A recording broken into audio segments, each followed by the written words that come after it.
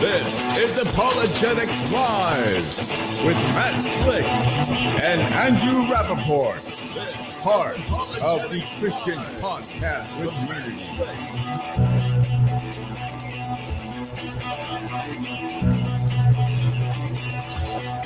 All right, we are live, Apologetics Live here Thursday nights to answer your apologetics questions, but not tonight.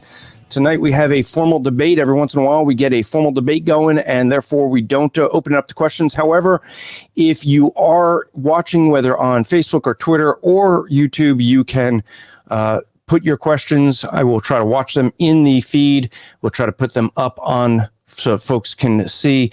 So we're going to be able to basically see some of the questions. We'll see if we have time at the end to interact with any of those.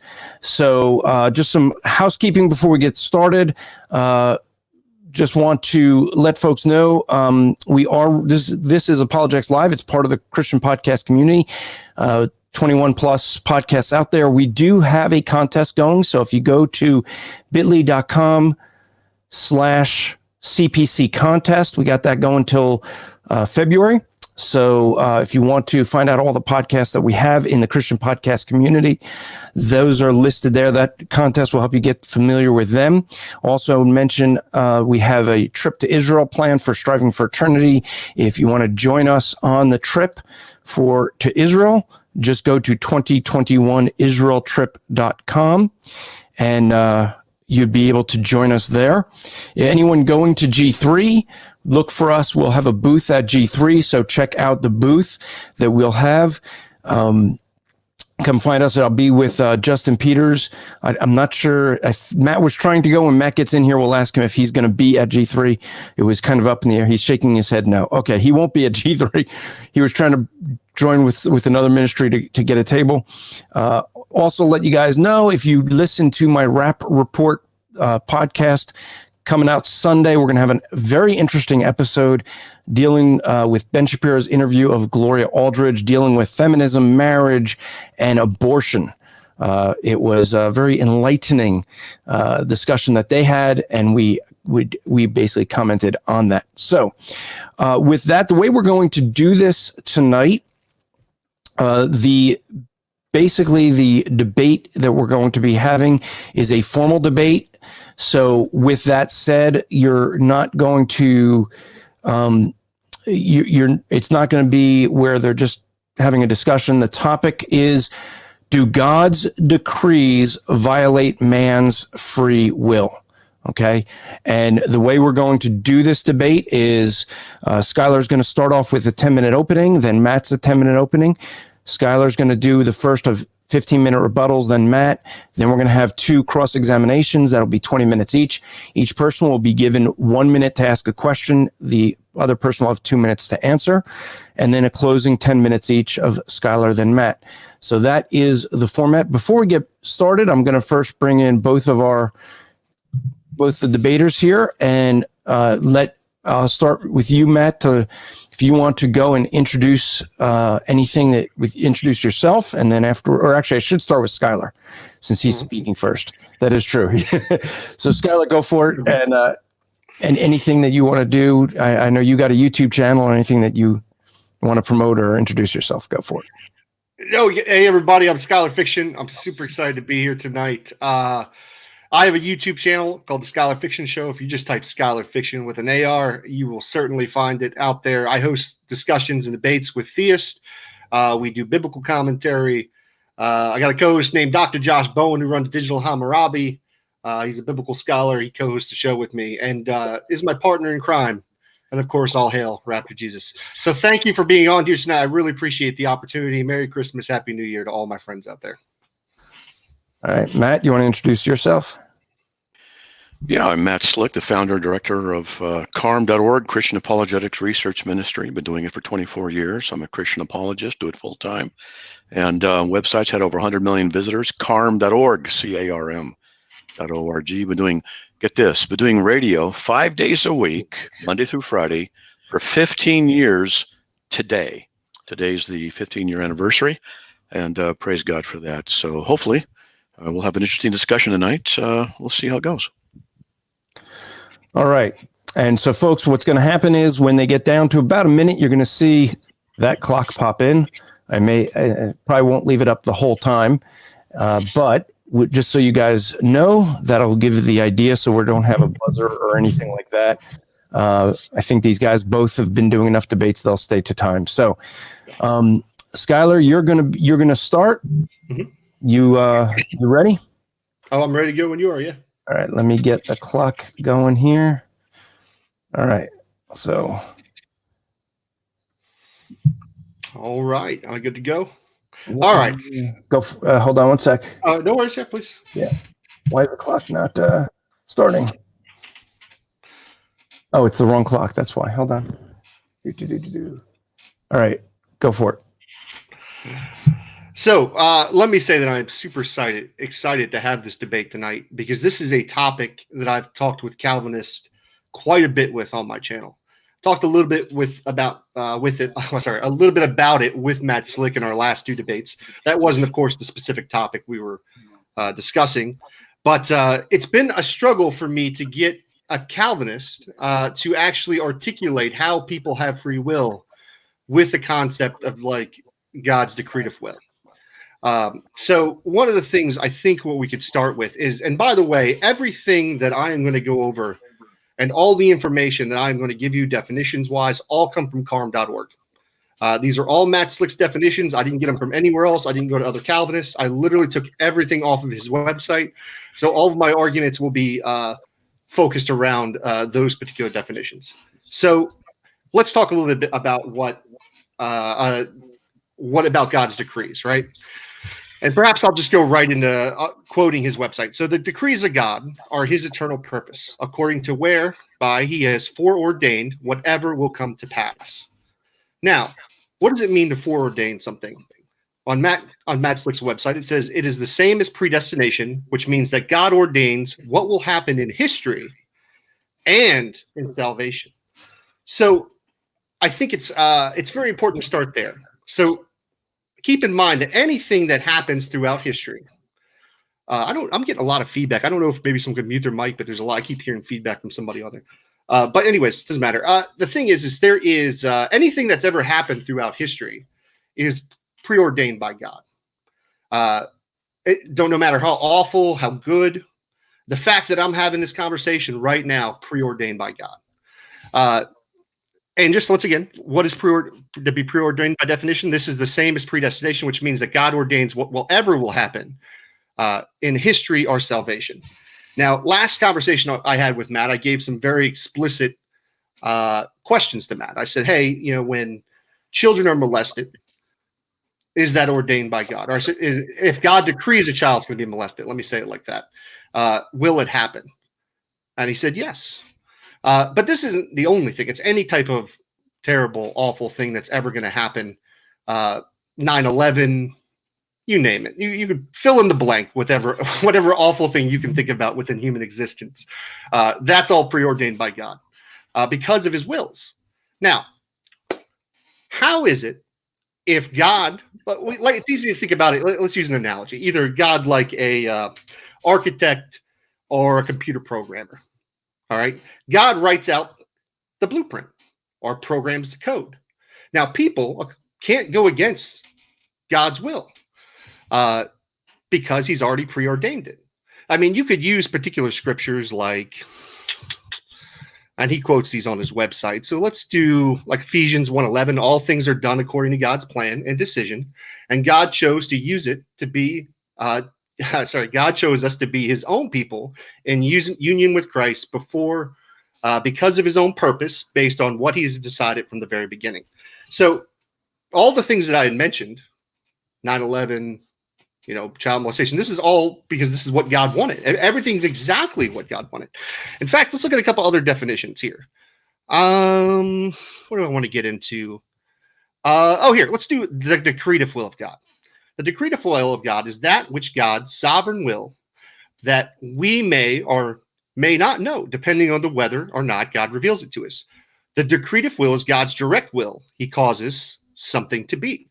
So God causes these things to be. Not only does he cause it, he actually plans it. So, I mean, well, that makes sense if you were to plan out all of human existence. If you were to actually plan out all of human existence, obviously, and people can't go against his will, it's going to happen exactly the way that God's planned, because God is sovereign. And what does it mean for God to be sovereign? According to Matt Slick, sovereignty is the right of God to do as he wishes. This implies that there are no external influences upon him, and that also he has the ability to exercise his power and control according to his will. So everything is according to his will. Now, think about it this way. If God wrote the blueprint and everything's going to go along his blueprint, how could it be possible that people could have free will? Free will, defined by Matt Slick on his website, is the freedom of self-determination. Well, people don't have self-determination under Calvinism. It's already predetermined under predestination. It's the ability to make choices. A choice is free if it is consistent with a person's desires and nature. Free will, actually, we'll leave it right there. So how can someone freely choose to do something if God has already preordained it? He wrote the blueprint. Now, what you'll oftentimes hear from Calvinists is this idea that somehow people freely choose to sin. Now, this is the aspect that I've never actually been able to hear a Calvinist articulate. And this is what I'm going to be looking for in this debate. And I hope that I'm proven wrong. I've talked to a lot of them. I had a Calvinist last week, and no one can seem to say how God can pre-plan something with his decretive will. And he's got a couple different wills. But how God can preordain everything, and at the same time, someone can freely choose to do something. At best, what you're going to have is some kind of illusion of free will, where the people involved think they are actually committing free choices, especially once again, because people cannot go against the will of God. If God decrees something, it will happen. Just like the example that I gave and the question I asked Matt in our last debate. If God decrees a child is going to be molested, it is going to get molested. Now, Calvinists will oftentimes argue there's indirect decrees and direct decrees, right? But the slight difference is basically with an indirect decree, instead of just making man X do something, which I don't know how you would argue that you're not an X do something. But basically, an indirect decree with just setting up the pieces so something would happen. So how am I going to say this? So that's going to be, I think, the challenge for Matt Slick during this debate is how is he going to articulate freedom away from a blueprint or a computer program. A computer program can't rewrite the program. A blueprint can't rewrite itself. Make sure I got everything covered before we keep going here. Decrees of God, sovereignty, decree of will. Oh yeah, let me do this here too. This was a really good part. So this is a part where we kind of go. This is from an article from Carm, or maybe it was a document. Exactly. It talks about predestination and an election, right? So what is election? Election is the sovereign act of God where he chooses people or individuals to carry out his purpose in the world. God's election is not based on any quality in the individual or groups or people, nor is it based on any foreseen ability in them. It's not about what they're going to do in the future. It's just who he chooses, or a group of people, nor is it based on any foreseen ability in them. God is the one who elects people out of his sovereign will, whatever he wants for his good pleasure. That's basically what sovereign means, as I read earlier. He is the one who chooses the people. People do not elect themselves. Okay. So right there, well, actually, let me add this on. This will really kind of nail it down here, and then I'll probably wrap it up. I'll be probably right about 10 minutes. Let me look at my time here. Yeah, about a minute and a half. So this is from that paper I was saying on the bit. You must note that God's predestines people, as in Ephesians 1:11, 1:5, demonstrate that this is, however, controversy to the nature of predestination. In the Reformed Calvinist camp, predestination includes individuals. In other words, the Reformed doctrine of predestination is that God predestines whom he wants to be saved, and that without the predestination, none would be saved. The non-Reformed camp states that God predestines people to salvation, but these people freely choose to follow God on their own. Now, what is it? So the people who aren't Calvinists non-reformed positions say that they would freely choose to follow God. That sort of sounds like free will there, but that's not what Calvinists believe. But these people freely choose God. In other words, in the non-reformed perspective, God is reacting to the will of the individuals. This is, are they going to accept God? Are they the one who initiates the will? That would be the choosing, the part where I talked about free will earlier. God is reacting to the will of the individuals and the predestining them only because they chose God using their will. Where by contrast, the Reformed position states that people choose God only because he predestines them first. So certainly, in that sense, people don't have free will in the idea of your salvation. So you don't get to freely be elected. You don't get to freely choose God. God has to elect you. Part of these wills, actually, funny enough, is that he puts everything, your desire, what's going to happen, all of these things are all built in. It's all part of the blueprint, exactly what's happening now. Thank you. I appreciate the opening statement. All right. Right on time, too. Good job. All right. So I will bring Matt in.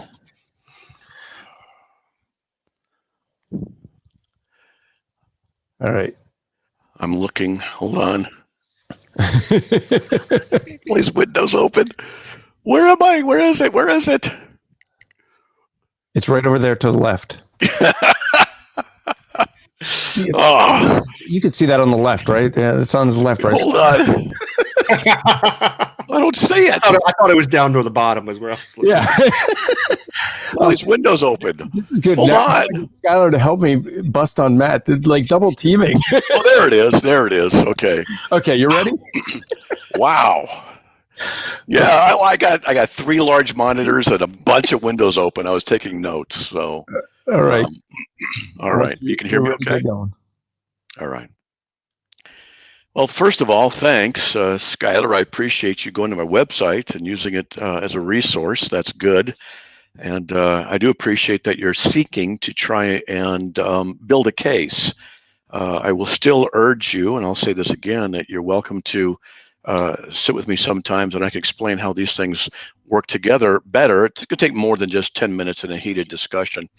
But nevertheless, I'm just going to go through my notes from what you said. How do people have free will along with God's decretive will? Because God decrees that they have free will.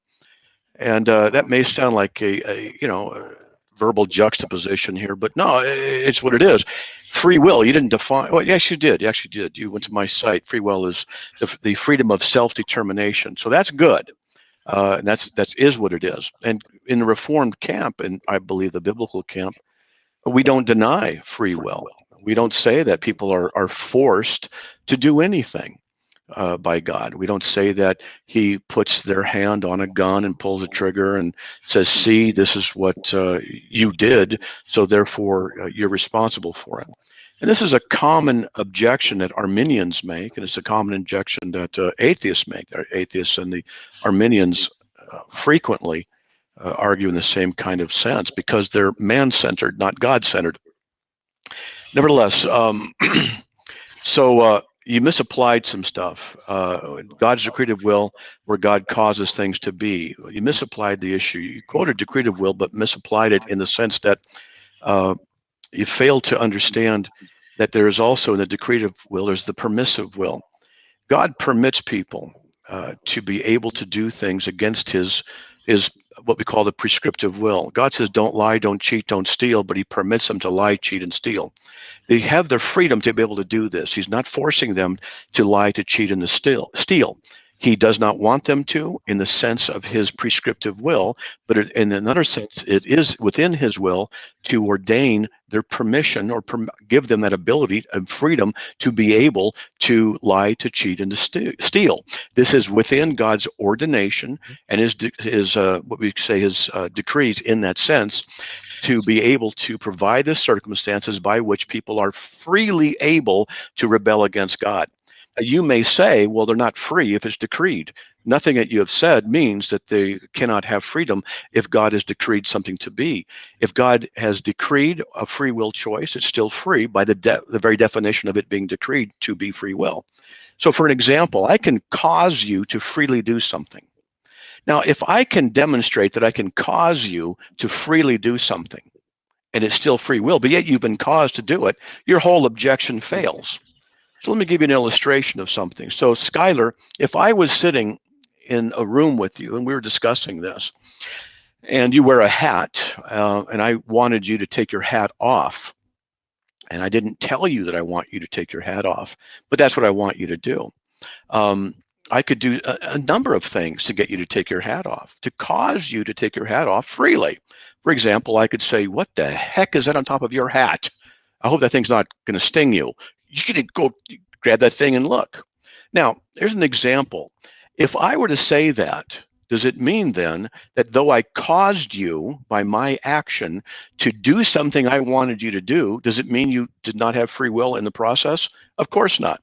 You freely chose to do what you desired to do in light of the circumstance that I brought into existence and said, this is what I want you to do.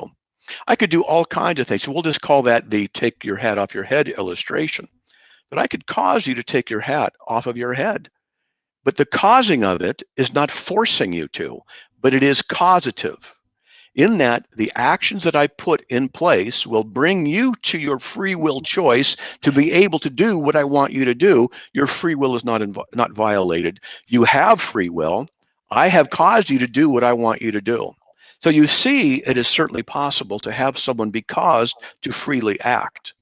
Your criticism is that God, if he decrees somebody to do something, that it means they're not free to do it. Well, first of all, you have to understand there's what's called the direct and the indirect decrees of God. The direct decrees of God are the direct causative decrees of God. Let there be light, etc. Where when God decrees and declares certain things to happen because that's what he decides, and by his direct action, that's what occurs. He can have an indirect decree, for example, in the Garden of Adam and Eve, where he allows the enemy, the serpent, to come in and deceive Eve. And by that, Adam and Eve disobeyed him. It was not God's prescriptive will that they disobey him and that he prescribes them obedience and moral fidelity to him, but it was within his permissive will to allow them the freedom to be able to do that, and they certainly freely chose to rebel. Now you might come back and say, well, wait a minute, God put all the pieces in place. Yes, he did, undoubtedly. He put the tree of the knowledge of good and evil there, put the tree of life there. He allowed the serpent to come in. He allowed the discussion to occur. Well, then God's responsible. No, he's not responsible for the moral failure of Adam and Eve. And the reason he's not responsible for the moral failure of Adam and Eve is because they freely chose to rebel. God did not force them. If God had done some chemical thing in their brain that forced them to be able to say something and do something, then God would have been directly responsible for their rebellion. But that's not the case. What we do have there, as the scriptures itself teaches, that God arranged and allowed the circumstances by which Adam and Eve freely chose to rebel against God. By definition, it was free. If you say again, just to reiterate, he put the pieces in there. They had no choice. Well, there's a sense in which they had a choice. There's a sense in which they don't have a choice. If God foreordains whatsoever shall come to pass, why is it that is foreordained? Is it because he knows what they're going to freely choose? Well, that's one position. The Arminians tend to go with that, and I have problems with that. But that's another discussion. I would say that whatever is potentially existing, God, out of an infinite number of potential possibilities, brought into existence the actuality that he chose. And that actuality includes the free will choices of those individuals. So therefore, he knows exactly what those free will choices, and he caused so-and-so to remove the hat by saying what's on top of your head, because that's what God chose to happen. And yet the freedom of the one who removes the hat is still in place. God can certainly do this in creation. He is the sovereign king. He is the one who can work all things after the counsel of his will, as Ephesians 1:11 says. Now, you said the Reformed doctrine of predestination, God predestines those whom he wants to be saved, and without this, none will be saved. That's correct. Jesus says in John 6:65, you cannot come to me unless it's been granted to you from the Father. That's what Jesus says. Now, if you don't like what Jesus says, you don't like that doctrine, well, then you can just take it up with Jesus. But that's it. It's not just simply a Calvinist teaching. It's what the scriptures teach. And that's why I hold to what we call Calvinism, because it agrees with the scriptures. And that's the only reason. So people who are not Calvinists say that people can freely choose to follow God. All right. Well, that's rather a humanistic idea, in that they think that man is somehow free in and of himself in an independent fashion from God's sovereignty and control, in spite of Ephesians 1:11, which says God works all things after the counsel of his will. Even the free will choices that the Arminians like to argue on the same side as the atheists about this issue against the Calvinists and God's sovereignty. They certainly can argue, but they have to argue against the scriptures and with the scriptures. Now, if we want to have an Arminian discussion, as you brought up, we can discuss that, and I can discuss why their failure to understand the biblical position is apparent. And I would invite Arminians to come in and discuss this with me. We can go through the scriptures, but you don't affirm the scriptures, Skylar. So I have to use logic and it's scripture as well. So nevertheless, I don't know how much time I've got left, but I would say this, that I have demonstrated logically, thank you, a minute left, that God certainly can bring about whatever he desires and still maintain the freedom and the free will of those individuals who are made in his image. Just as I can cause you to take off your hat in any number of ways, Skylar, by saying there's a scorpion, a spider, a bug, or whatever it is on your hat, and you take your hat off. And I can cause you to do that, and yet your free will is not violated. And God, who is a sovereign above all things, can certainly bring about circumstances by which free will individuals will certainly do whatever God decides and wants them to do. And to call it a computer program is a misrepresentation of the issue. To call it a blueprint is a misrepresentation of the issue. God allows us our freedom, but he's above our freedom nonetheless. And as Proverbs 121 says, God moves the heart of the king where he wishes it to go. God is a sovereign. This is consistent with Christian theology and the nature of God himself. Amen. All right, that's time. All right, so bring Skylar in, and we're going to have 15 minutes for rebuttal. Let me just reset our clock here.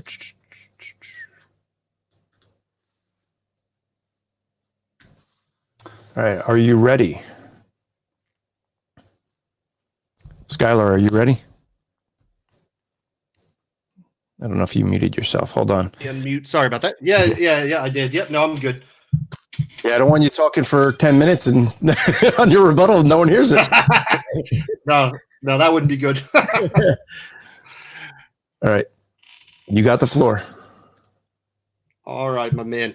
All right, so I guess now so far I haven't actually heard that mechanism yet to how people have free will and God can preordain everything, right? Just simply saying, let me see, God decrees they have free will doesn't mean anything because it contradicts what's actually happening. Let's once again look at what it means when God predestines things. Predestination is the doctrine that God has foreordained all things that which will come to pass. Now, what does it mean to foreordain? Is the same as predestination, which means that God has ordained what will happen in history. History, it's a key, and salvation.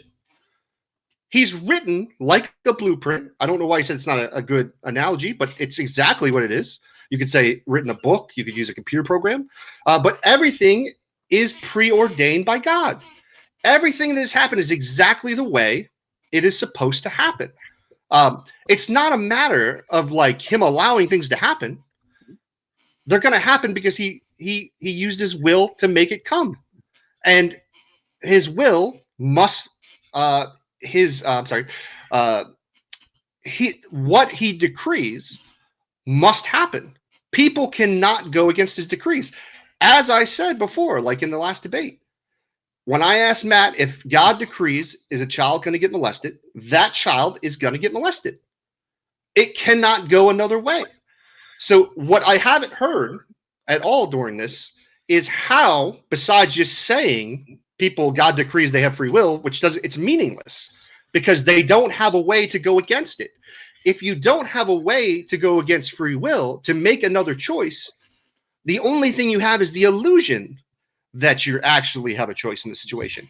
Because once again, what is free will? The freedom of self-determination. You don't have self-determination. Things are determined by God, as I read earlier let's see here. Oh, this is my other page. Let me pull this up here.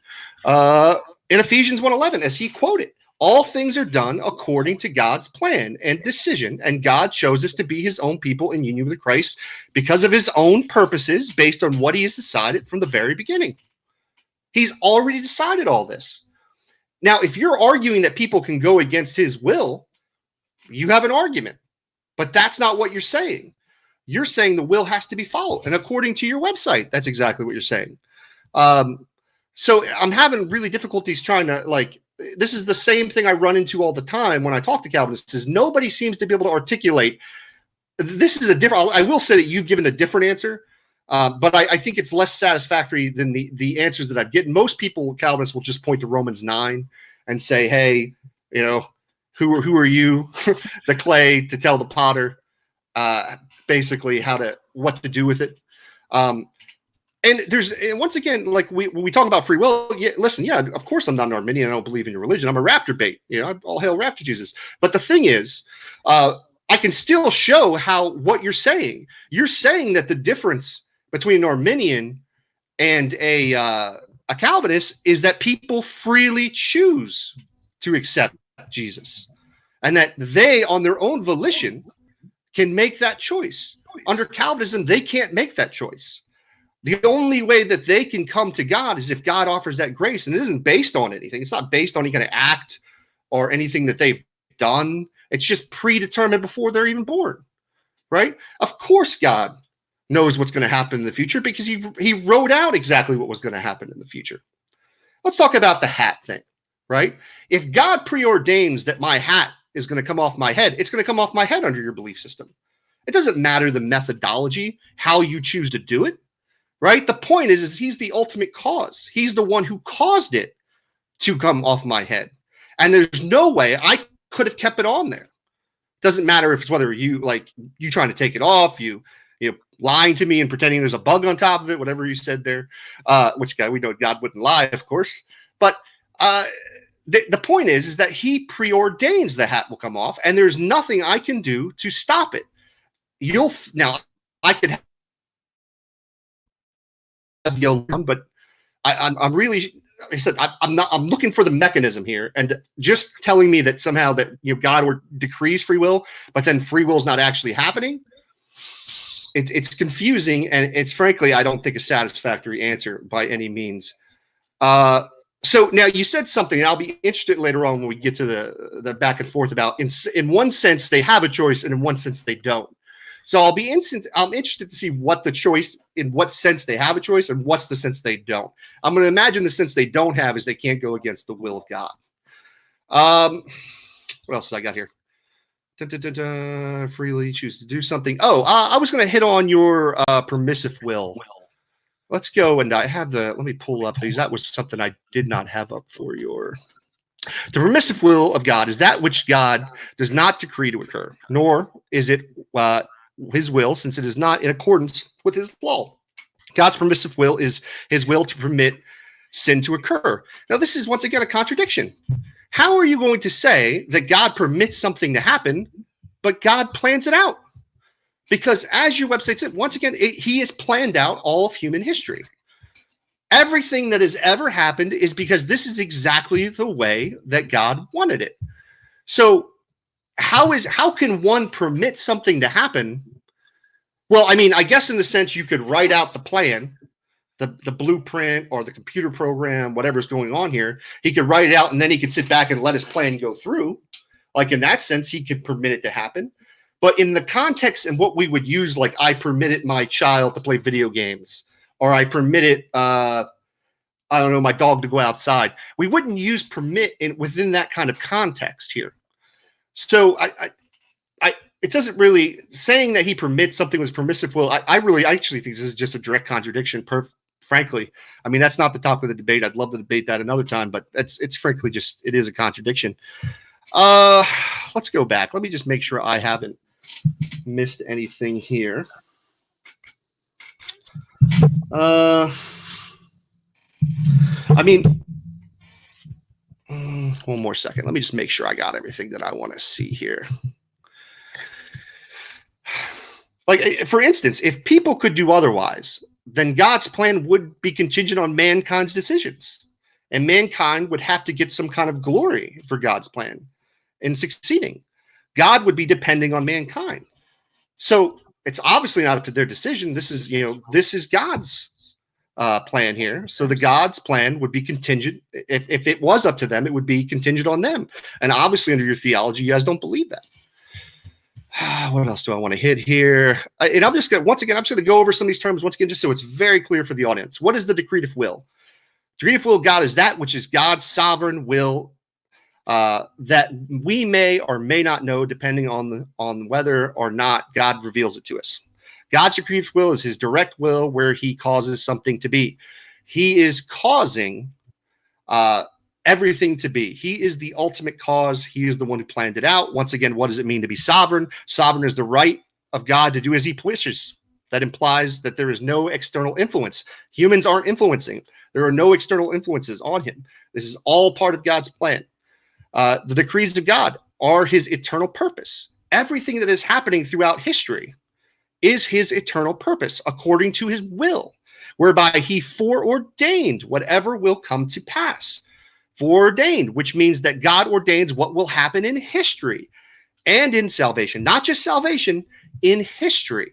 The Holocaust, 9/11, whatever. Think about whatever awful thing. He planned it out for his glory. And then he holds people responsible for the way they can't go against. So I would just say that these are some things we really need to think about. And once again, what is free will? Free will is the freedom of self-determination. Human beings don't have self-determinations and actions independent of external causes. Well, how are your actions independent of external causes if God's decree was for you to do action X? How could anything human beings do be independent of external causes if from the very beginning God has planned out everything? Now, the reason God knows what's going to happen is because he wrote the plan. So I think that there are quite a bit of problems when we get into this idea of free will and predestination, election, and Calvinism. I'll admit that I think biblically, I think that it's more consistent to Calvinist theology than I think some Arminian positions are. But it's a whole separate topic, I guess. What else do I want to go here? Sin. Oh, well, let's talk about sin. Let's talk about what sin is. Sin is that is contrary to the law or will of God. Okay, so if sin is that what is contrary to the will of God, how is God causing, as we see with the decretive will, which says God caused, how is it that God is able to cause people to sin? Now, on Matt's website, to be fair, he says that he'll basically add within these contexts. He'll be, well, it doesn't mean that he's causing the sin, but how could you say that he's not causing people to sin when he predestined everything that was going to happen in history from the very beginning? It's another contradiction. So I think we could wrap it. I'll concede the rest of my time. I'll give you like the last 4 minutes. I think I've said everything I want to say. Thank you. I appreciate it. All right. I'll bring Matt in. All right. Let me reset the clock here, Matt.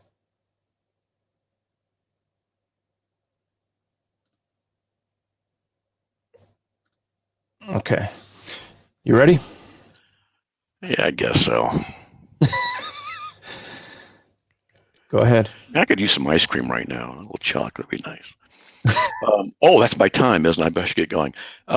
So Skylar said that I have not revealed the mechanism of how people can have free will and God can ordain everything. Well, actually, I did. I gave you an illustration, the remove your hat illustration, that I can directly cause you to freely do something. I can predetermined that you will freely do something. If you and I were to ever meet, you probably would make sure your hat was on real tight and you never remove it in my presence. Who knows? But I could certainly cause you to do certain things. Say we don't I met for coffee, like I did to a friend of mine once. I did this. I had a bowl of, I said, want some ice cream? He says, yeah, let's get some ice cream. I go in the kitchen, I get a plastic bowl, I had vanilla ice cream, and I put a white napkin in it. And what I wanted to do was to cause him to react with a mild panic when I dumped it on him. And so I came out there and this is my desire for him. And he's a good friend of mine. And so what I did was right when I handed it to him, I tripped, and this bowl of ice cream comes tumbling into his lap, and he literally flinched backwards and tried to crawl backwards up in the seat. And I'm laughing, and he called me a couple of names and stuff like that. We both laughed about it. We were done. I directly caused him to do something I wanted him to do. I didn't make him, I didn't violate his free will. He freely chose to do what he did, just as if I were to say, what's that on your hat? That thing is really interesting on your hat. You might very well, just take a look at, what is it? Oh, that's a whatever. It's not a problem. It's a mechanism that God can certainly bring circumstances to bear by which people do those things which God wants them to do freely, just as I can cause you to take your hat off in the circumstances. There's your mechanism. You say no mechanism. There it is. And you didn't refute this by saying that, yes, I can certainly bring circumstances to bear to cause you to do certain things, but you're doing it freely. You have not refuted that. Anyway, so my notes, yes, everything that's supposed to happen will happen just as God decides will happen. Yes, that's true. Just as God, as I said in the opening statement, can work circumstances by which a person can freely do what God desires him to do, just like I illustrated with you. I did. And yes, if God desires a child get molested, it will occur. But you see, the problem with that kind of a statement is, what it is a half-truth kind of statement that has these things attached to it. You're not being very clear. And so when we say that God decrees it, well, what do we mean? That he directly causes it by what he wants? I really want that child to be raped or molested. No, but in another sense, which you went in later, the indirect decree, which God says, I'm going to permit to allow people their sin and rebellion to be atheists, to be agnostics, to be Muslims, to be whatever, in their rebellion against the truth of what he has revealed. And so it is his desire to do that, and his decree is to desire to do that as well. But he's not causing them to do it, nor does he cause people to be molested. Now, yesterday 2 days ago, I did a Patreon video on the issue of suffering. And I've been thinking about this. Why does God allow so many Christians through the centuries to suffer unspeakable horrors? Burned alive, skin ripped from their flesh, ripped and torn apart by animals, put out on frozen lakes naked to freeze to death. And they pray for deliverance, and God decides not to. Well, he decides not to, and I could give various reasons why that might be the case. But it is the will of God that they suffer. And why would it be the will of God that they suffer? To glorify his name, to receive greater reward in heaven, to demonstrate the sacrificial nature of love, to emulate the sacrificial nature of the sacrifice of Christ himself as he submitted humbly to others. There could be a multitude of reasons by which God allows bad things to happen. And by him allowing them doesn't mean that in his prescriptive will he desires evil to occur, but in his permissive will he does. And his permissive and his prescriptive will both work within the sovereign will of God, his sovereign predestination and decrees, to allow these things to happen by the free will of these people who choose to rebel and act in a manner contrary to what he has revealed he wants for them morally. And then you repeated that I did not present the mechanism. Yes, I did. The force you to remove your hat analogy is that. And you said that we don't have self-determination if God determines it. Well, let me ask you, if I determine that you do something like remove your hat by saying something and you remove the hat, does it mean that you did not determine it yourself? Does it mean that if we just say determination is that thing which we want to occur, If I want you to remove your hat and you freely do because I say something's on it, or I pour something on it, or I do something, whatever, a whole host of things that could cause you to freely do that. I have determined that you do that. I have, in that loose sense of the word, ordained that you do it, very loose sense. I have free will chosen to have you do something by your free will to do what I want you to do. You've not refuted that. You have not refuted that ability and that reality and that illustration right there. If you can refute that, then we can move on. But if you can't refute it, then the mechanism which you are asking for has been laid out before you in the sense of an illustration. I have shown you that logic allows someone to cause another person to do something freely without forcing them to do it, but yet they're caused to do it. I've demonstrated how that's the case. You've not refuted it, nor have you given me, and I'd like to see if you could. I don't believe you can do it right now, and I don't believe it's fair for me to ask you to do it right now, because I think these kinds of things I'm going to ask you about take a little bit of time to think about on your own. But I could say to you, could you please give me premise 1, premise 2, or premise 3 with a conclusion demonstrating the illogic of why decree does not work with our free will? Now, I'm not asking you to do that right now. I honestly don't believe that's a fair thing for me to do, because it takes time to work those things out. But if you would be so kind as to do that, if you said, yeah, I'm going to try that and I'll email it to you, okay. And if you don't want to, that's okay as well. But I think that what's necessary is that you present some logical problem. Just saying it doesn't work doesn't mean it doesn't work. But nothing in God's self-determination means that we cannot also be determined. Nothing in God's self-determination doesn't mean that we can't also accomplish what we desire. Just as I have shown you repeatedly with the force you to remove your hat analogy, let's call it now just the hat illustration. I've shown this to you and you've not refuted it. You just have continued to say it's not possible. And the reason we Calvinists only, or believe, hope my notes are correct here, the reason we Calvinists believe that we can freely choose God is because we believe that God first regenerates us. See, a lot of Arminians get this wrong, and this is just a theological point, is to say that that God changes us internally, makes us born again, and we freely choose him. He can certainly, in this logic, bring anybody to freely choose and trust in him by his regenerative work, his regenerative gracious work upon their souls. As he causes us to be born again, 1 Peter 1:3, we're born again, not of our own will, John 1:13, and we are changed, 2 Corinthians 5:17, made new creatures, etc. I can go through the scriptures on this, but that's mainly for the Arminians if they want to discuss that with me. But the idea here within the biblical perspective, and particularly the Calvinist one, is that regeneration precedes faith. The free will ability to choose God, which is enabled by God's freely acting upon us, freely changing us, and then that change results in our free will ability to choose him. Now, you may not understand that. I don't mean that in a derogatory sense. Please understand, I'm not saying if you don't get that, you're stupid. I don't believe that. But sometimes concepts just take a little bit to understand. And I've had debates with people where I don't understand the concept they're getting at, and I ask them to repeat it to me. So I don't mean anything condescending to you whatsoever in that. But if it is confusing, we can go over it again and again. And so let's see, I'll go through my notes. In one sense, people have free will to do something. In another sense, they don't. It's kind of a thing. That's not the exact wording I want to go with, but I'll use it as a springboard. One of the discussions I remember hearing or reading about was the man who nailed Christ's wrist to the cross. Did he have the free will to say no? In one sense, yes. In one sense, no. But it has to be yes. And the reason it has to be yes is because he was freely doing it. But yet God ordained that he'd do it. Well, God certainly ordained all the circumstances by which he would freely act. And that's the thing you got to understand.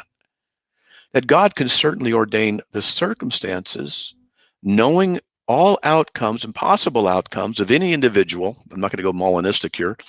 But he could certainly do that and bring about whatever he desires. And he can certainly bring people into a place of having a free will desire and action based on something he knows about them. It's certainly possible. I'm not saying all these things are how things are doing. I don't want Molinists to get in here and use this because that's another discussion for another time. I have reasons against Molinism, but for now, I'm going to use this illustration here. God can certainly bring certain things about. I don't like clowns, for example. I do not like clowns. They scare me. I don't know why. I think I got an idea why. So my friends know this, and if they were to bring a clown into my house, I'm going to react negatively, and they would get a big joke out of it. I'm out the back door. I don't like them. They're freaky. I don't watch clown movies. I don't watch clown horror, this and that. That's just the way I am. Now, God knows that. Can he cause me to walk left instead of right by bringing a clown down the street? Yes. Does it mean that I have not acted freely? Of course I have acted freely. Could God have ordained that clown to be where he is at that certain place and time? Of course. Or a picture of a clown to move? Yeah. There's 1,000 ways which God can bring me to walk left rather than right. Maybe he can bring some Mormon missionaries to my left, and I'm going to go that way because I'm going to go talk to them. You see, there's lots of ways. If he were to bring Mormon missionaries by on a couple of bikes, he knows I'm going to go talk to them because that's the way I'm put together. Yeah, Matt's scared of clowns. That's right, Frank. And so, he knows I'm going to do that. He can certainly ordain my turning left, my turning right, my saying yes, my saying no, in a countless number of ways by bringing circumstances to bear in which I will freely act according to his ultimate desire. You've not refuted that. And that certainly is a mechanism by which God can do that. So you've not demonstrated logically that God's decrees means we're not free within those decrees. You've just simply stated it. You've implied that we're not free because he decrees. I'm showing you how he can decree and we can be free. You've not shown your case. How much time do we have left? Just incidentally. I don't know how much time. 2 minutes. Oh, okay. And so let's see, looking through some of my notes. Okay, you may not like the idea of the, he asked, how could any human being he's asked, how could anything human beings do be independent of external causes if from the very beginning God planned out everything? That was an interesting statement, and I'm going to give you the benefit of the doubt, Skylar, in that I don't believe you worded it properly. When we're talking, we often don't say things perfectly, but that statement doesn't make any sense because we as Christians do not say that human beings can act independently of external causes because all things that we choose are dependent some way to some effect on the external cause. For one thing, God brought us into existence. We're not eternally independent of him. So there are external causes, but the very nature of God's decrees is redeeming us, is creating us, etc. It's a poor choice of words, but I'm not going to harp on you on that. I think you could do it better. As I said, we often will say things that I got to rephrase that, and that's okay. And by the way, to predestine everything doesn't mean he directly causes everything. To predestine people to do something bad doesn't mean he's causing them to do something bad. This is something you have to understand. And you made the mistake of thinking that predestination means, in every case, direct causation, and no, it doesn't. And I can give you verses that show the revelation of God where people are predestined by God, yet they're responsible. Acts 4:27, respectively, with Acts 2:23. I guess my time's up. There you go. Oh, got a minute. A minute. I'm good. That's all right. Okay. All right. We'll reset the clock to 20 minutes for the rebuttal section. And just give me 1 second to get the clock set.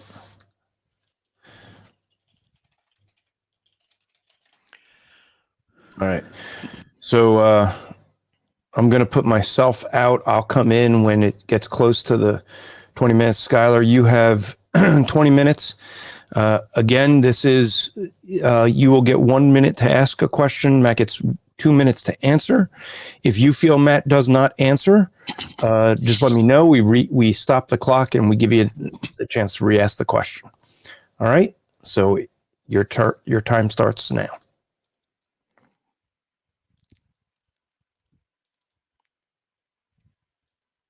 You're muted. I'll reset the clock. Sorry about that. I keep muting. I don't want to make any noise when Matt's talking.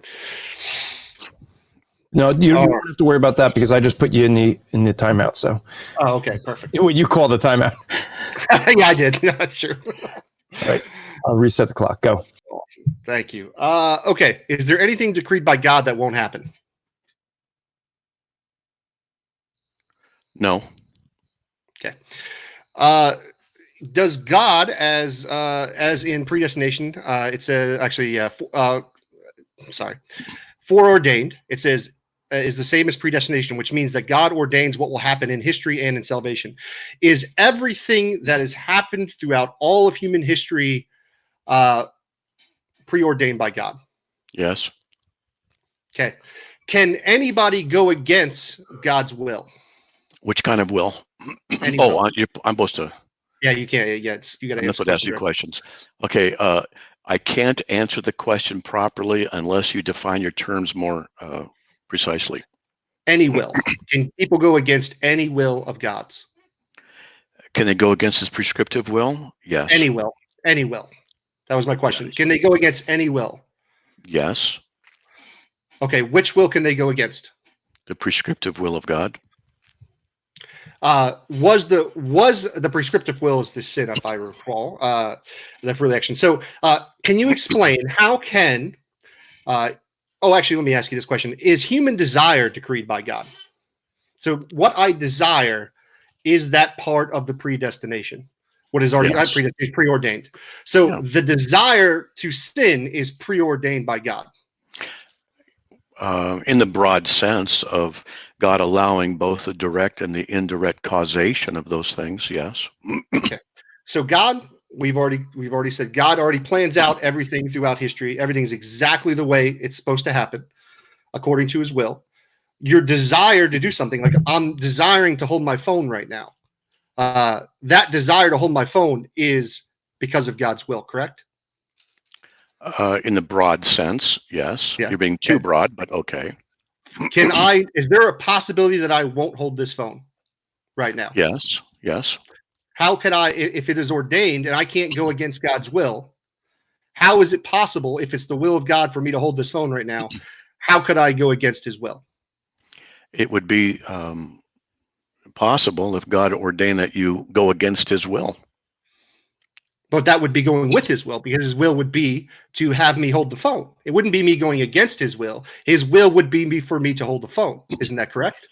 Well, if God has a prescriptive will in a moral sense, then he can certainly allow you to act in a manner consistent with your own immorality and work against God. If God desires that you hold the phone, then what he'll do is, when he desires that you don't hold the phone, he will arrange it so you don't hold the phone, but he will do all of those according to the freedom that you desire and you want in your rebellion against him, and trying to demonstrate how his sovereignty isn't true. Is my desire to sin part of God's plan? Yes, it's part of God's plan. Can I go against God's plan?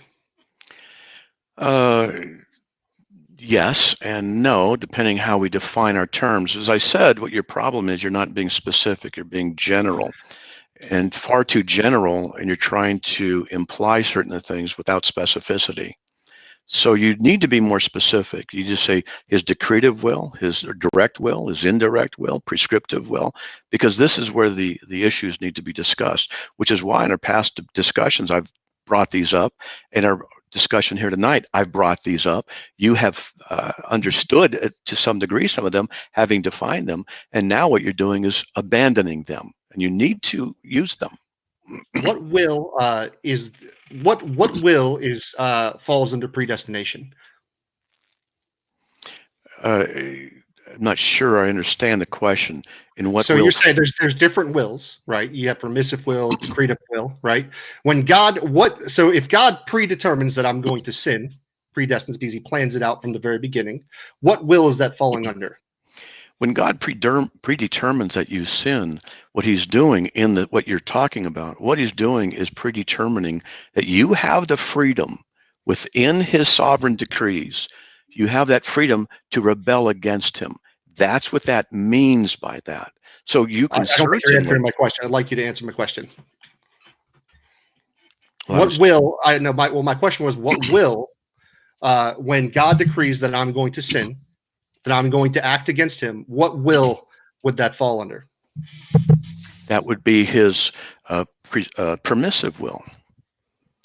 So, well, isn't the permissive will that he allows me to sin? But I was saying that he directly, he wrote that I would sin. So he actually preordained that I would sin. Okay. Now, that's an extra. What you're doing is you're kind of adding something here. You're saying, well, also you're freely sinning. But what I'm trying to understand is how I can freely do something. How can I freely do something if I can't go against his will? Okay. We're having a problem here, and the problem is that what you're doing is you're conflating predestination, decree, free will, permissive will, decretive will. Answer to my question. You're not answering my question, sir. I'm trying to get you to ask a question that is answerable. Well, you can try, but that's not the point of what you're doing here. You're here to answer my questions at this point, just like I'll be there to answer your questions in just a moment. Now, I think you're very much aware. Is it the decretive will that causes everything to be? What will is under predestination? Decretive will, correct? There are different senses in which we can say decretive will and predestined will. So I'm not able to answer your question. Okay, I'll leave that up to the audience then. With my hat analogy, in your scenario, would I have the ability to keep my hat on if I wanted to keep the hat on? If God had decreed that my hat would come off, is there any way that I could keep that hat on? Except for God decreeing that I would keep my hat on? If God decreed you keep the hat on, then you would freely keep it on because he decreed you would freely keep it on. Well, I mean, adding the word freely to it doesn't actually mean anything. I mean, just using yes, it does. Hold on, no. This isn't for you to... I didn't ask you. I'm saying what I want to say here. Feel free to say as much as you want to say when you're asking me questions here. Saying something like, I have freedom, but you're not actually articulating what the freedom is. Because the problem with what you're arguing is that people can't go against God's will. They can't go against God's will. What God has already predestined will happen. You've already admitted to that. So I'm asking how I could, if it's predestined, if it's God's will, and I could read what predestined means once again. Predestination is the doctrine that God is foreordained. Foreordained is the same as predestination, which means God ordains what will happen in history and salvation. People cannot go against his predestination. So if God ordains that my hat will come off, how can I keep my hat on, I'm sorry, unless God says, the only thing you could say is that unless God tells me I can keep my hat on. So I'm trying to understand what is the mechanism in which I could go against God's will. I'm not sure I understand your question. It was a long question. What is the mechanism in which I could go against God's will to take my hat off? If it is willed by God that my hat will be removed, what is the mechanism in which, besides just saying that, well, the mechanism would be God allowing you to take it off, because he's not allowing me, that what he's predestined is that my hat will come off. What is the mechanism in which I could keep my hat on if I willed it? You cannot go against God's will if he has decreed that you take your hat off. Exactly. So I don't have free will in that situation. Am I allowed to respond to that statement? No, actually, no. I just want to. No, I'll just tell. I mean, sure. Articulate how I have free will in that situation. Free will is the ability to make choices that are not coerced. So you have not established how God is coercing you to do anything. Okay, that's good. Well, I'm forced to do. I can't go against God's will. So how do I have the choice to do something? If I can't go against God's will, I am being coerced. I am following exactly, literally everything that I'm doing. Every word that I'm saying is exactly as God has planned it out and exactly what he's wanted for his good pleasure.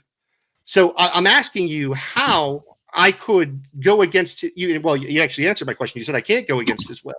So I'm trying to figure out how I have free will if I can't go against his will. Well, you don't want me to explain the problem you have. You only want me to answer questions in a certain form. So if you give me the freedom to explain it as I did before, we could go over it again. It's up to you. I just like to know how I could have free will if I can't go against his will. I'm not allowed to ask you questions, so I can't answer the question. That's my question. That's my question. How can I have free will if I and you define, let me just define free will again for everybody. Free will, this is your website, this is your definition. Free will is the freedom of self-determination and action independent of external causes. God is the external cause of me taking off my hat if God decrees it. God is the ultimate cause of everything. He wrote out everything. So how is it that I could have self-determination and actions independent of his external causes if I can't go against his will? I'm not sure which will you're talking about, since there's a decretive, prescriptive, and permissive, so I'm not sure how to respond to your question. I'm not talking about the permissive will. I'm talking about the will. Like I said, you said, I believe it was the decretive will is what you said, in which everything is preordained. Actually, let me just look real quick. The decretive will is that which God's sovereign will that we may or may not know, depending on whether or not God reveals it to us. The decretive will is God's direct will, where he causes something to happen. Is it the decretive? Well, actually, you answered earlier. You told me that it was the decretive will that causes everything to happen. So I'm talking about the decretive will. Okay, so decretive will, how is it that you can have self-determination if he exercises his decretive will? Yes, because part of his decretive will is his sovereignty. Sovereignty is the right to do what he wishes, and it is what he has preordained. So what I'm asking is, how, if I can't go against his decretive will, which is to take off my hat, how can I keep my hat on if he's preordained that I will take it off? The decretive will examples that I gave you were such things as God saying, "Let there be light," and he directly causes a direct action by his will. So when you say taking off your hat, this is an issue of your free will. I believe that you are misapplying the issue of his decretive will to something else and making an error in so doing. When God says don't murder, is that his prescriptive will or his prescriptive will? It's called the prescriptive. It's what it really is supposed to be. I may have mistyped it someplace, but it's his prescription. Don't lie, don't murder, etc. So his prescription. Okay. Let's see here.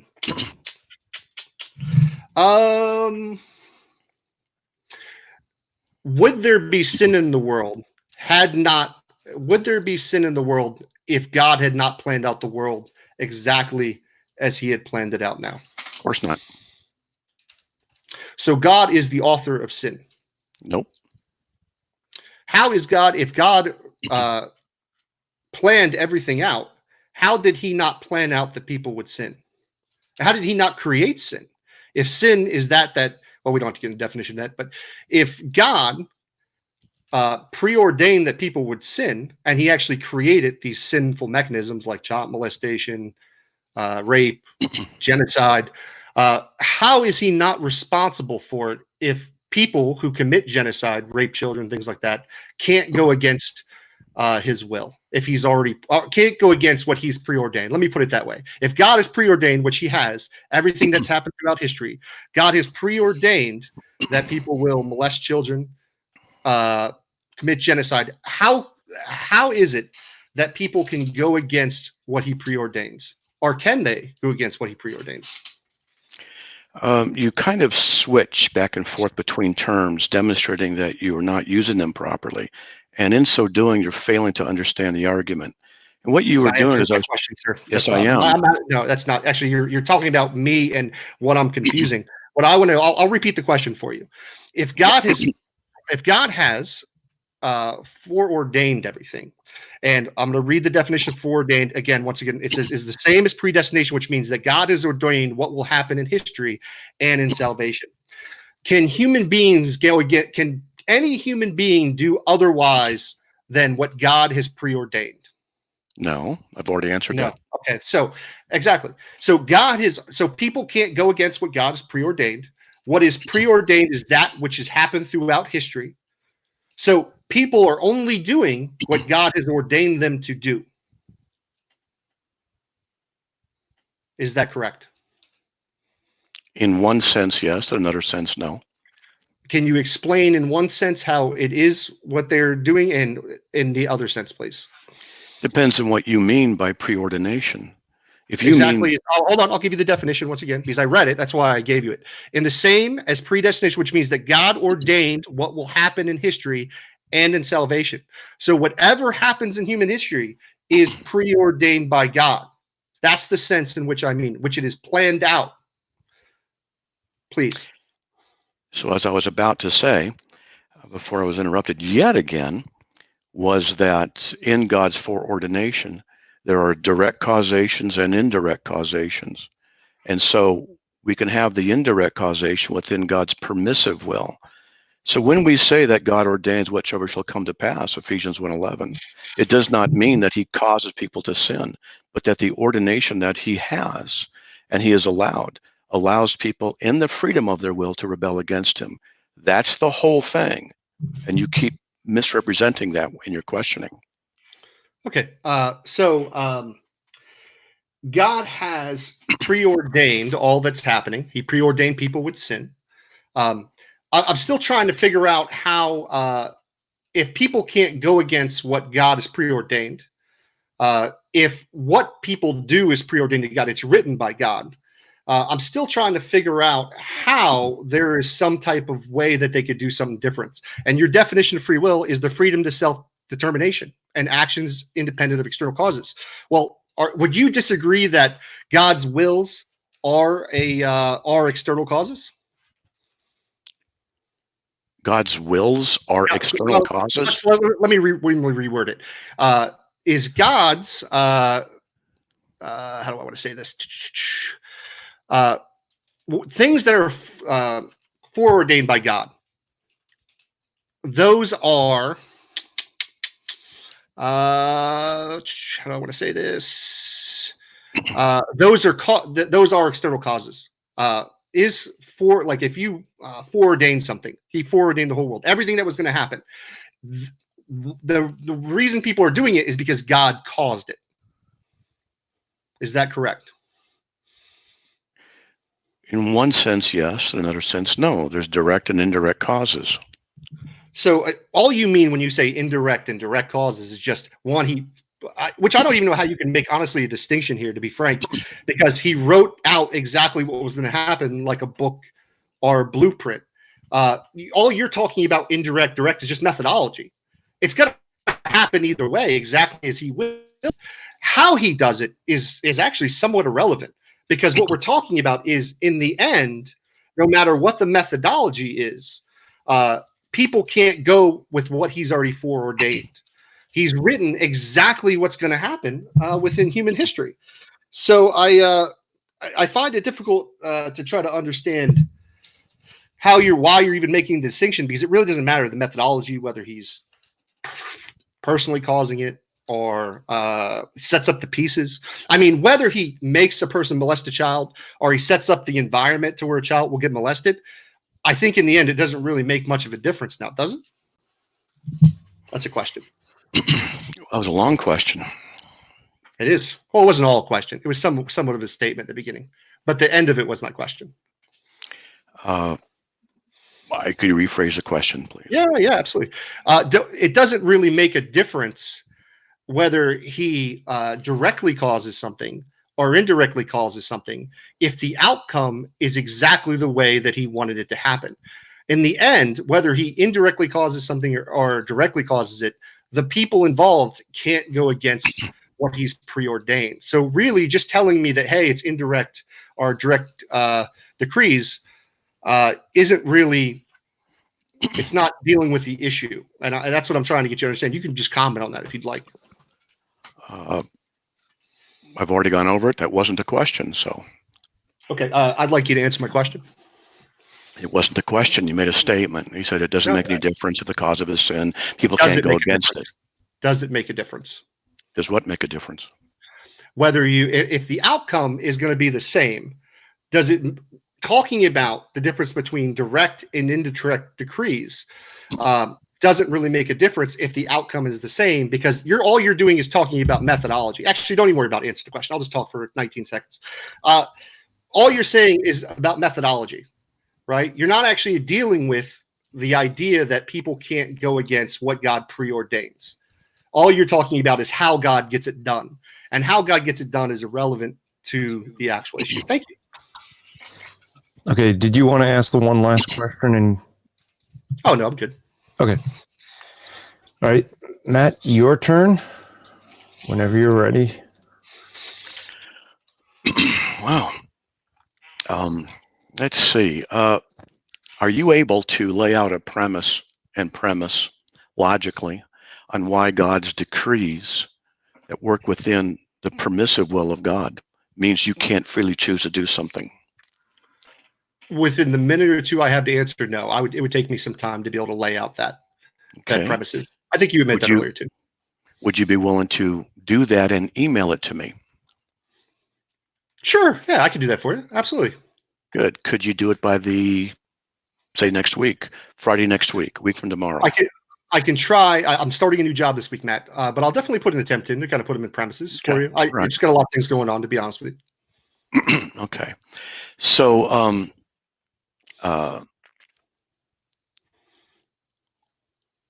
do you understand, okay, could you please explain the difference between direct and indirect cause? Yeah. So this is actually I tried to look it up on your website. Actually, I didn't find the place that said indirect. I found the direct cause, but direct would be, as you put on your website, that which God's sovereign will may or may not be known, depending on whether God reveals it to us. The decree will is God's direct will, where He causes something to be. He decrees it. For example, God has caused the universe to exist, as well as Christ's incarnation. Indirect decree would be basically sets up the pieces to where something will happen. He sets the environment up to where a particular will come to fruition. That's my understanding of it. In the indirect decree of God, are people still responsible for what they do? I don't believe in Calvinism. So are you asking me under your position? Like, what do you guys believe that? We're going with what has been stated so far, the definitions you're giving in God's indirect decree. Where he can bring things about by using circumstances and various things. Is he causing people to sin by his indirect means? I don't have a definition of indirect decree up here. It wasn't on your website, or at least I didn't find it. I will say that I would say that you would say no. That's what you've told me before. I didn't ask you to say what I said. I asked you to say what the I'm issue going on was. your position. No, you are arguing against my position. I asked you a question about logic, and I asked you to demonstrate something. So you didn't answer the question. Ask it again, please. I don't understand it. Say the question one more time. Okay. Can you explain? Okay, in the indirect cause, which means that God is not directly causing something, but allowing people to freely act, in that free act, and they sin. Is it God's fault or their own? My opinion is it's God's fault. So you're saying it's God's fault when people freely choose to do what they want to do? I don't believe they freely choose to do what they're doing according to your definitions. You say that God preordains everybody to do what they're going to do. They don't have a choice. God wrote it out ahead of time. In my definition, I said that they do freely do this. I said this specifically. I said God indirectly brings about their free will choices. I stated this before. God brings about circumstances. They freely do something. I said they freely do something. Is God then responsible for their sin in their free will? Like I said, in my opinion, yes, but under your opinion, no. I asked you, is, not an opinion. You need to show me the logic of how it is that such that God, who ordains that someone freely does something, by definition means it's their own will that they're choosing it. That means that God's responsible. Can you explain how that's possible? What I'm saying is what's being articulated. They aren't freely doing it. That's what I'm saying. Like, you could ask me that, and it would be but you could say they are, but that's not what's actually happening. Well, that's what you're asserting. But this Sure. is what the debate is about. And I've already shown you as an example of the hat analogy that I can directly cause you to do something freely. So let me ask you, if we were sitting in the same room and you were unaware of this line of reasoning about your hat, and I said, hey, what's it on top of your hat? And you took your hat off to look at it. Have I forced you against your will to do anything? In that specific scenario where a human being is tricking me into taking my hat, no. But this is a different type of scenario than God. So the answer is no. So have I violated your free will? No, but you're not God, and that's not the same scenario. No. I'm just giving you my elaboration. The answer is, well, when I try to elaborate, you cut me off. Oh no, it's fine. You cut me off. So in other words, you're saying that I can, as an illustration, cause you to freely do something. Now, if I cause you to freely remove your hat, who's the one responsible for removing the hat? You or me? Sure, in a human scenario that you're giving, it would be me. Okay. Well, you are the cause to some degree. Actually, you would be the cause because you basically tricked me into removing my hat. Now, on my own free will, in that situation, I removed the hat. But but this is a human scenario, just to be clear. So you admit it's of your own free will. So in a human scenario, yeah. You're admitting that I can cause you to freely act. Okay. In a human scenario. Oh, yeah. And since we're humans and God, Jesus is also human in his sovereignty and the human thing of God and his knowledge, he can certainly work circumstances and cause you to do something. So let's just say that you didn't know that it was Jesus, according to Christian theology, that Jesus himself is the one sitting across from you. You don't know that. I don't know if you're listening to me or not. I'm listening to you. And if Jesus were sitting directly, I'm just taking notes, is what you're saying. And if Jesus were sitting directly across from you, he said, "What's that on your hat?" And he's God in flesh, who ordains whatsoever shall come to pass. If he were to have done that, would you have freely removed your hat? No, because he would have decreed that I remove my hat if he was Jesus. Oh. So in the exact same circumstance, when the exact same sentence is offered, if Jesus does it, you don't have free will. But if I do it, you have free will. Would you like to know why? Please. Yes, I would like to know why. Because with human beings, we have free will towards each other. Under God's theology, as I've articulated and read your website, we don't have free will. So whatever God decrees, Jesus decrees is going to happen. That's not correct. That's not fine. correct. I did not say we don't have free will on my website. I never say that. No, I'm saying that you don't have free will. No, you said on my website I said I don't have free will. That's not correct. Oh, if I said that, then I misspoke. No, you did. Okay, I agree. That's fair. So in other words, if I say to you, "What's that on top of your hat?" You remove your hat. That's your free will. If Jesus is sitting there and he says, "What's that on top of your hat?" and you remove it, that's not free will. That's what you're saying. Is that correct? Because you would be talking with Jesus yes, because Jesus would be decreeing that I would take off my hat. I could not go against Jesus' decrees. It would be preordained that I would take off my decree. In that sense, what does it mean? That would fall under it would fall under let me say it like this. It would fall under foreordaining something. If Jesus foreordained I was going to take my hat off, I don't know exactly. I'm trying to think which will it would fall under, but if he foreordained that I would take my hat off, there's no way I could not take my hat off. I mean, there's no way I can keep my hat on. I'm sorry. So as I have explained before, the decretive will of God is such things as let there be light, the direct causation of God. If Jesus were sitting in front of you and said, "What's that on top of your hat?" is that a direct decree? If he asked me is that a direct? No, he's just asking me what's on top of my head. And so it's not a direct decree, so you should not say that it's a direct decree. Is it an indirect decree if he asks you what's on top of your head? Well, it's not a decree at all. He's just asking me a question. Very good. So it's not a decree, it's a question.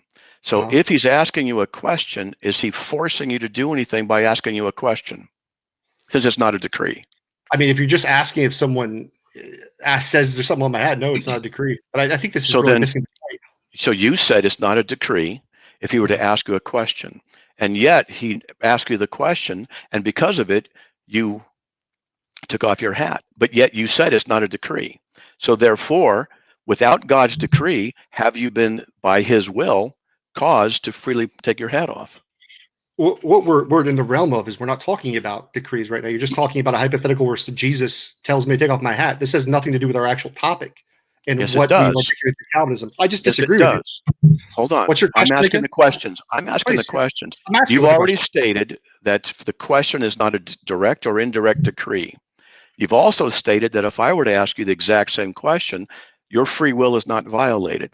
And you have been implying that since it's by God's decree, that violates our free will. Since you further said that it's not a decree to ask you the question and you freely do it, then logically, you're the one supporting my case by saying such a question, which would bring you to the place of taking off your hat, is not by the direct or indirect decree of God, but is in fact your own free will, yet God has required it of you at the same time. By your admission of these things, you have inadvertently supported my position. If you want to refute this, I'm going to ask you right now, please refute it from what you have already said, that it's not a decree of God if a question is asked and you take your hat off, where when I ask it, it's your free will, but if Jesus asks you, it suddenly is not your free will. Explain how that all works, please. Sure. Yeah. So when we're talking about human beings in an analogy, God's out of the picture. We're not talking about some kind of ultimate purpose that's planned out. There's no kind of predestination. None of that's included when we're talking about human beings tricking somebody into taking off a hat. Now, if we're talking about God getting me to take off the hat, he's preordaining that I'll take off the hat. And I can't go against what God preordains because he already planned it out from the beginning. And you've admitted to that earlier, that I can't go against what God has already preordained, because that's exactly what's going to happen step by step. So that's why I would say these analogies that you're making doesn't connect, because it's completely two different scenarios. One of them doesn't involve any type of predestination, any type of wills at all. It's just talking about a human being tricking somebody into taking off their hat. So you admit then that you freely took off the hat. Under right? which Do you scenario? admit Whether if I was preordained to take off the if hat I in God's ask you, scenario, or under a human scenario? If I ask you what's on top of your hat and I get you to take off your hat, you freely have taken off your hat. So, if Jesus, I'm sorry, I thought you were asking a question. Sorry. If Jesus asks you to take off your hat and you take, what's on your head, and you take off your hat, you're the one saying it's not your free will. But the situation and the questions are exactly the same.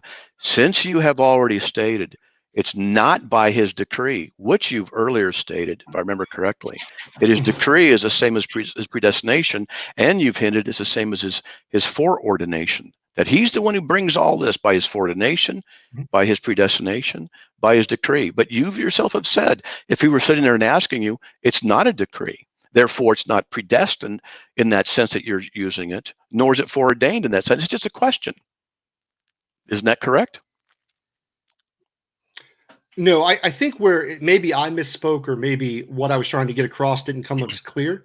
What I'm talking about when I was saying Jesus asking me to take off my hat is not necessarily a decree. What I'm talking about is the bigger picture is the decree, right? The preordaining something would be that it was preordained that Jesus would, what I would not use the word trick, would get me to take my hat off. It would be preordained by God and his plan that Jesus would get me to take my hat off.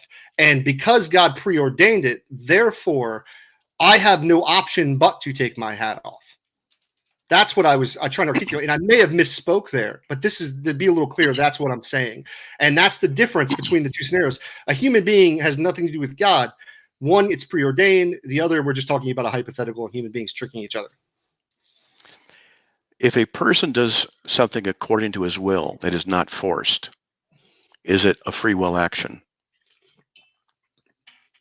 In what scenario, like what kind of scenario? Are we talking within the Calvinistic worldview, or are we talking about like how I would define free will within like a secular type free will? I'm supposed to be the one asking you the question. I'm just trying to understand. I don't understand your question. We haven't got into a secular free will view, so it's not germane to the topic here.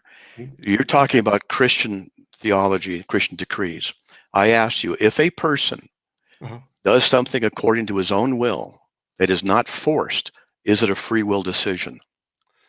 I don't believe so under Calvinism. No, I don't think that you have free will. I don't didn't- believe. Well, no. Then no is the answer. The questions aren't for you to answer for a different position. It's you got to answer what your position is. I thought that's what he just told me, not to use my position, the secular position. I thought he told me to use the Calvinistic position. No, so we're arguing within what we have been discussing.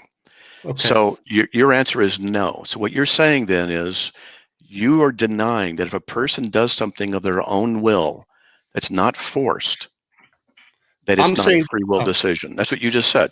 So is that correct? That you're saying it's not free will if a person does something according to what he or she desires that's not forced? Well, it is forced because God, as you said earlier, causes the desires for people to do those things. So they didn't freely choose the desires. Answer the question. No, but that is answering the question. No, it's not. They desire it because God foreordained they would desire it. There's nothing free about if the desires they have or have to. You didn't answer the question. Ask the question again. No. If a person does something according to his will that's not forced, his will or God's will? I said his will. Well, if you, Skylar, if you do something according to your own will and it's not forced, is it a free will decision that you've made? Without a God, yes. Okay. So you admit then that free will is simply to be able to make a choice that's not forced. Well, I went by your definition. Free will is the freedom of self-determination and actions independent of external causes, and nothing is external without external causes within your worldview. I'm asking you a question. I'm trying to determine what you understand free will to be. You understand, from what I understand, writing down what you say, that it's free will to simply be able to make a choice that's not forced out of your own will.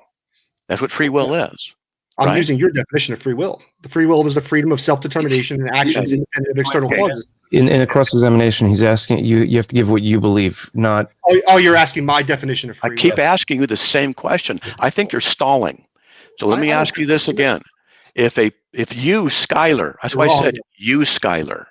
Remember? Oh, okay. Skylar, so if you do something according to your will that's not forced, is it free will?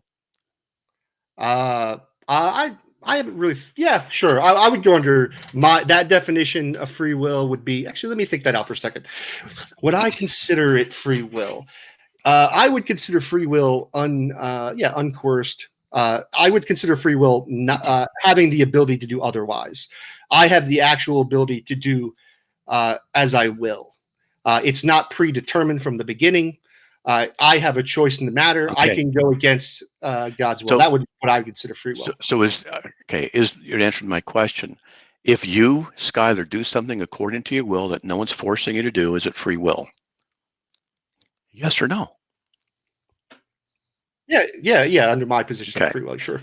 Yeah, that's what we agree. We agree that's what free will is. I agree, even as a Calvinist, even as a Christian, that is what free will is. I agree with that. So now we have the same definition. Can you please explain to me how God, when he allows you, Skylar, to rebel against him by your own free will, is causing you to rebel against him? I think that's what the issue is I don't agree that you have free will the way you're defining it. I'm saying, excuse me, you need to stop for a second because you are wrong. I just went with what your definition. I said it's the same definition we have, and then from that definition, I said it's the same one. I said it's the same definition. Yeah. So what I was saying to answer the question, I have a minute to answer this. What I'm saying to you is that the way you were defining free will, the error. And where there's a problem is that in my definition of free will, I actually have a choice. In your definition of free will, even though you say that you have a choice, what I'm articulating is you actually don't, because God has foreordained whatever is going to happen is going to happen. So if God foreordains that I'm going to punch somebody in the face, I don't have a choice on whether I can punch somebody in the face. I might feel like I have a choice, but there's no actual way I can go against God's ordination. I resent that you took so long to answer, eating up my time. You can resent it all you want.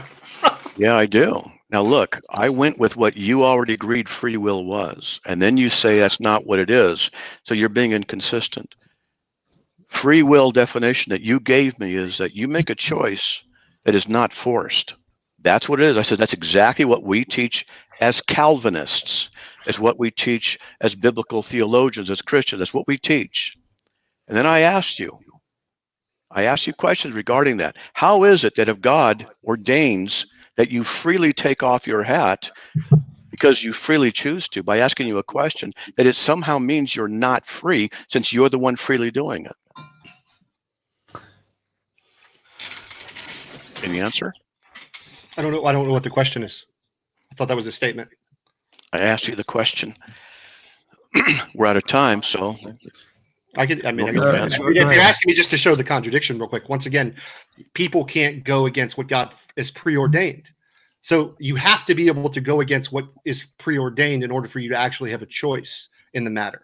That's how I would answer that question. That's what I said in my statements. Okay, that's time. All right, I'll reset the clock for closing of 10 minutes. Let's see. And Skylar, you'll go first. Absolutely. Give me a sec to get this.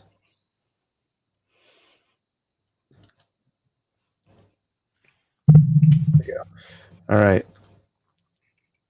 Whenever you're ready. Yeah. I think it's been pretty clear here. I mean, the only answer Matt has throughout this whole debate is that God gives us free will. But then when we look at the definition of free will that he's giving, it doesn't apply to what's happening. If we can, let's give his definition of free will again. This is the freedom of self-determination and action independent of external causes. Well, how is it possible that I can do any action without the presence of external causes? God has written it out like a book, folks. He wrote the blueprint. Everything. Me holding this phone, me saying, God bless rap to Jesus. Like, that's all preordained by God. There's nothing I can do, according to Calvinism, to go against what is preordained. Now, Matt go over and over and keep saying, well, they're freely choosing it. But the idea of having a freedom of choice or a certain type of free will includes the idea that you have to be able to make another choice. And you can't make another choice. Because if you were able to make another choice, you would be going against what God has already preordained. I find it funny. I don't, I think one of the things in good charity, we shouldn't try to think that people are trying to run out the clock or things like that. I think it's just kind of bad debate thing to get so frustrated and upset with me. I admit that I've cut you off because I wanted direct answers to my questions, but I didn't really appreciate that. But whatever, it's a debate. Things get heated. It was much better than our older one, our last debate. So, like I said, exactly what I thought would happen. This debate happened. There was no articulation of how I have the ability to freely choose something, and the ability to be able to freely choose something means that I can have the ability to go against it. I can't go against God's what he has preordained, and what he preordains is through his wills.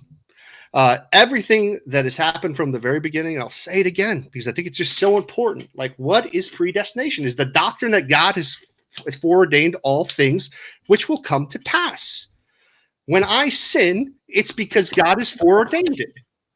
Now, how do I have the ability to not sin if I can't go against what God has foreordained? How is that possible? All Matt Slick's doing is just say, well, he gave you the way to freely choose it.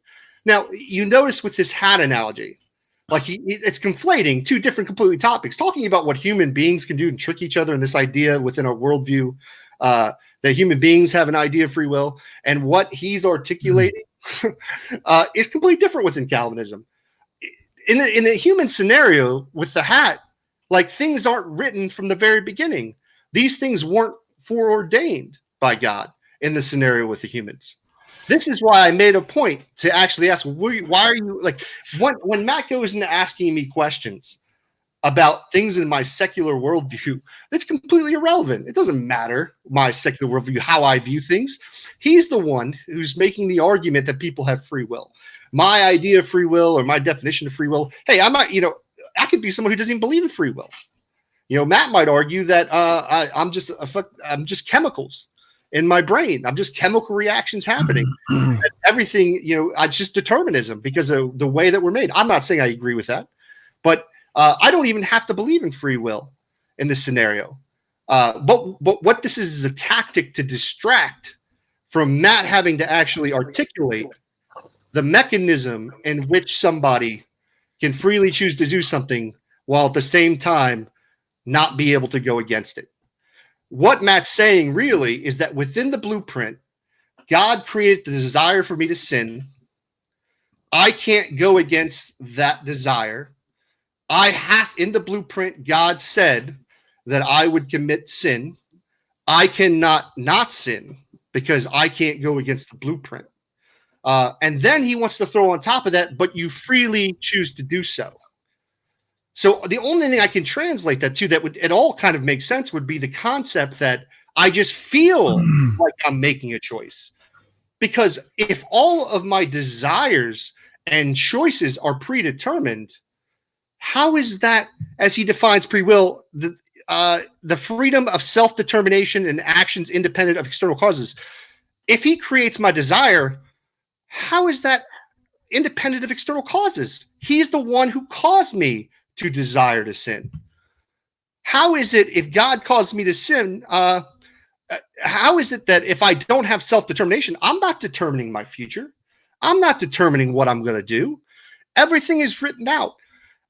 And frankly, I don't understand how Calvinism thinks this is at all rational. This is at least at the bare minimum contradictory. Oh, what else do I want to talk about here?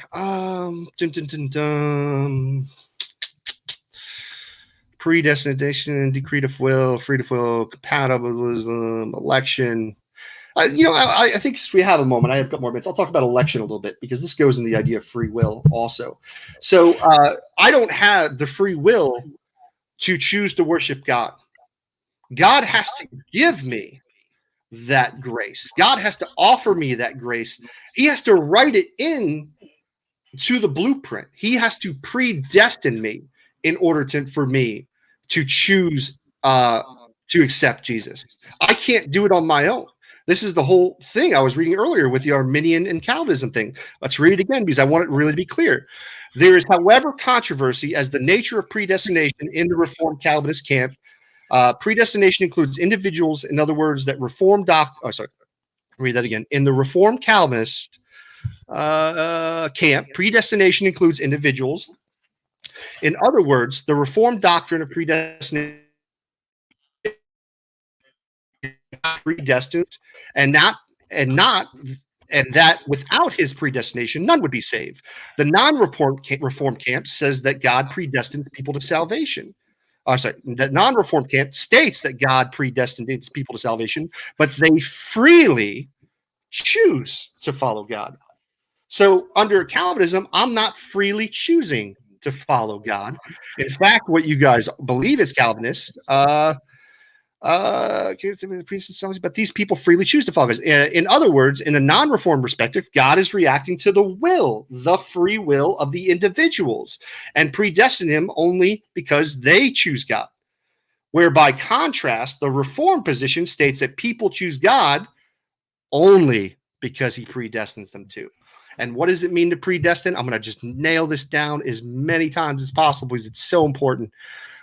It means,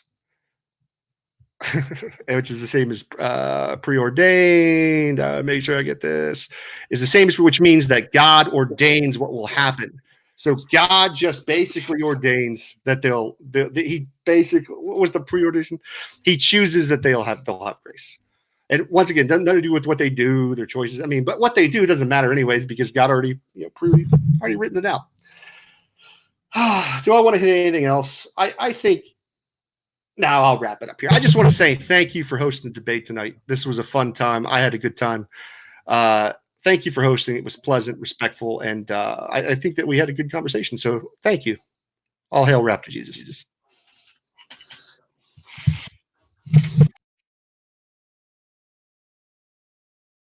Matt, I'll reset the clock and you can start whenever you're ready. You're muted. There we go. All right.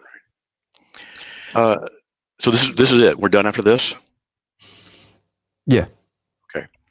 Skylar has a better than average understanding of a lot of atheists might have of predestination, foreordination, election, things like that. And I will say that because he's gone to my website and done some homework. But there are other issues worth discussing and worth going through, which I've repeatedly brought out in our debate, which he has repeatedly failed to really differentiate in them sufficiently. When we talk about the issue of free will, I specifically asked him in our conversation if free will was that unforced choice that a person just does. He said, yes. That's what we Calvinists teach is free will. What's interesting is to say that me, a Calvinist who defends Calvinism, says that's what we teach as Calvinists, that it is free. We have a freedom. We act according to our nature, according to our will, and we act in a manner that's consistent with our nature. We're not being forced to do things. That's what it is. That's what he says it is. I say that's what we say it is. We also say as Calvinists that God ordains our freedom. That God can certainly work within circumstances to bring about what he desires. And I gave illustrations on how this kind of a thing could be done. I talked about the removing of the hat illustration. I talked about making me walk left or right. There are various things that God can do to bring about the will that he desires by freely working within, or working, I should say, within my freedom of will in order to bring me to do what he desires.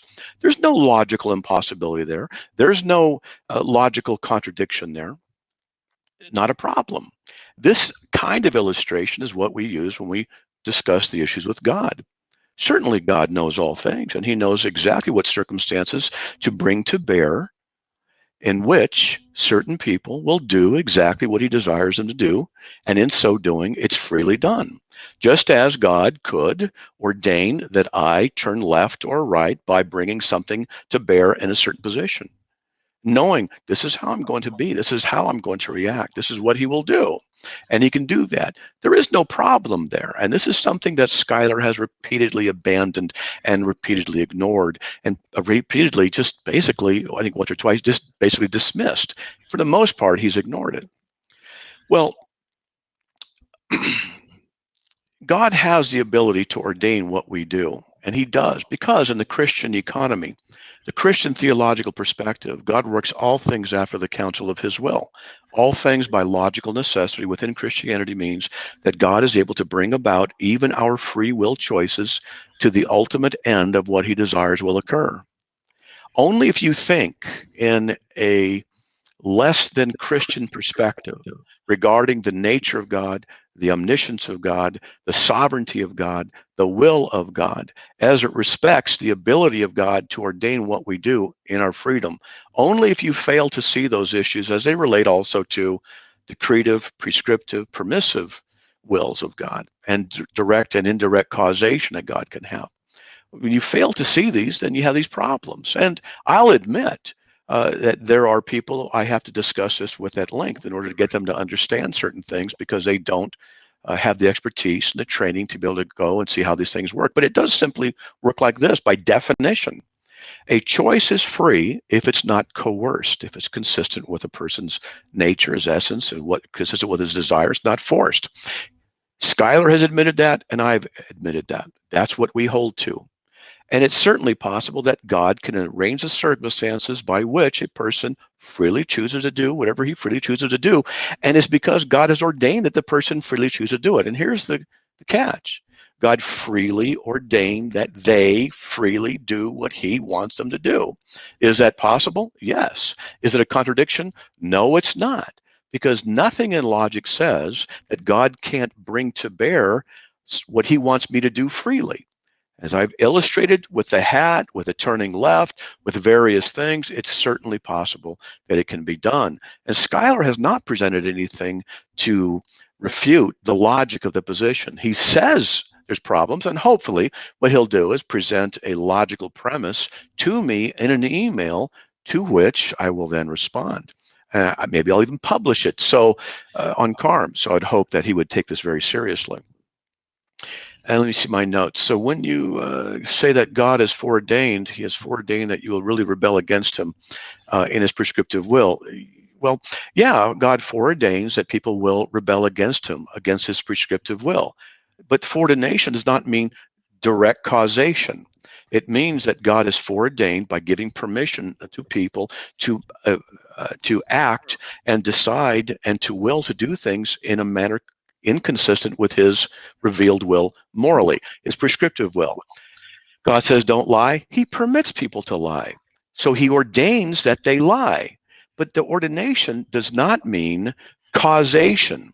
And this is where Skylar really misses the issue, because he conflates the issue of causation in one sense with indirect and not causation in another, and tries to imply that one means the other, and that's not the case. And as I've had many discussions with this, some very competent theologians, and read many, many pages on this, this is differentiation that we repeatedly see and are bringing up, which he repeatedly fails to bring into the conversation, and I know why. It's because he has an agenda, and the agenda is to demonstrate or try to demonstrate that the idea of Christian theology is incoherent, and that God, who knows all things, decrees all things, ultimately, in a broad sense, as I said earlier, is the one who does these things, and that we are so freely able to do that. And we see this in Acts 4:27-28, where God predestines people to bring Jesus to the cross. And they did this, and yet in Acts 2:23, it clearly tells us that they are the ones who are responsible for the actions that they did. Now, we can understand their culpability in their own actions if their actions are free. Now, when Skylar says, well, they weren't free to choose contrary, well, that's not really the issue. The issue is this is what they freely chose to do. If they don't choose to do something contrary, it's because in their own free will they choose not to do something contrary. It's not that they would have a desire to do something contrary and then they couldn't. That's not how it works. They freely chose to do this. That's what free will is. If they want to freely do something else, they would freely choose to do that. And when to say they're foreordained to freely choose left, that means they can't choose right, is the wrong question. It means that they're freely choosing to do left. This is what God knows in the circumstances, situations, I'll just work it that way, that they will choose. They will freely choose. If they're going to freely choose something else, that's how that's going to work too. So what Skylar is doing is actually failing to understand the true issue and making it what's called a non sequitur and building something that refutes itself ultimately. Now, if he wants to articulate it, I'm trying to read my notes here, and how much time have we got left also? 2 minutes, okay. So Skylar has failed to demonstrate how one issue of God's sovereignty is contradictory to man's freedom. He has not demonstrated that one logical statement or one statement of truth means another statement of truth is not possible.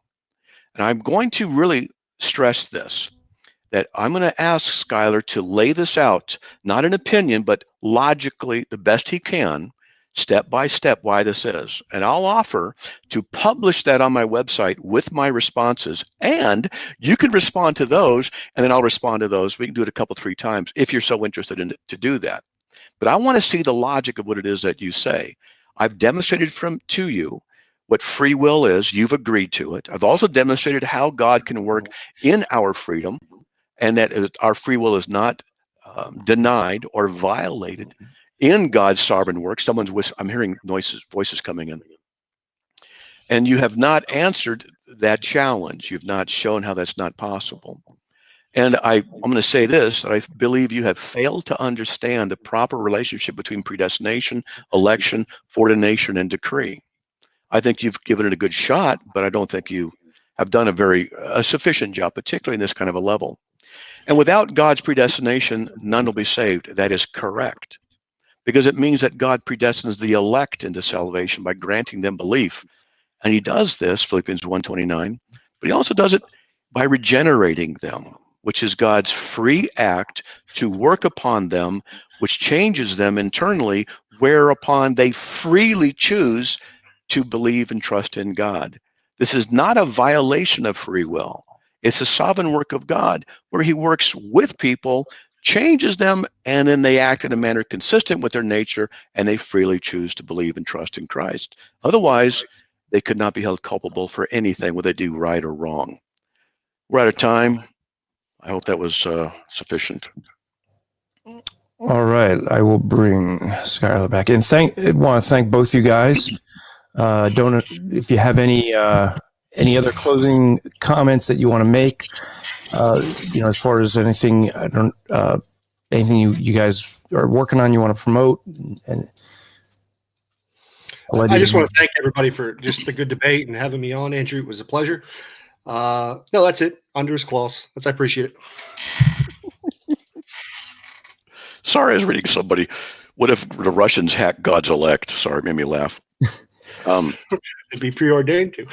Yeah, it would be. That's right. And so that was me. They freely did it. So anyway, yeah, thanks for the debate, and I appreciate it. And I got a lot more stuff going on this month. I'm supposed to debate somebody else, a Calvinist, later this month on free will, if we really have it, and it'll be interesting. So anyway, thanks. It was fun. It was enjoyable. All right. So let folks know next week. Don't know. Matt and I are probably going to be. Well, I know I will be out in Pennsylvania with Justin Peters, so I'll probably be bringing him in. So don't know what we'll figure out this week what the topic will be. Matt, I should give a review we got. I should have done this at the beginning, but someone had given a review for the podcast, 5 stars. Love this so much. Thank you guys. Hope you guys will be around for a long time. Love how you're striving for eternity. That's from Ethel 14, I think. So give that. Again, we just want to thank everyone or thank Matt and Skylar for doing the debate. Hope this was helpful for folks. I know that Skylar's probably going to be doing a response on his channel. Matt, I don't know if you want to do one on this channel. We could do that maybe next week or afterwards if anyone wants to do I don't know if anyone from the council wants to do an after show, but just to let folks know, go to carm.org, CARM.org, and that's where you're seeing most of the information for this show was coming from. And again, I'll remind you guys about the contest that we have going. So if you want to get in on that contest, just go to bit.ly.com/CPC contest and subscribe to this channel so that you can get more of these. We do these every week. If you want to come in, give challenges, if you're interested in a formal debate, we can try to set those up as well. And that is something we look to do. So, but we're here Thursday nights, 2 hours, answering any questions, challenges that you may have. And so that's something for you. Check out my podcast, The Rap Report, this week. It's going to be a good one with responding to Ben Shapiro, Gloria Aldridge. Also be listening to Matt Slick live 5 days a week, Monday through Friday. And that's actually a podcast that you can just go search for Christian Apologetics Research Ministry or search for Matt Slick. You will find those. And so that is what we got for this week.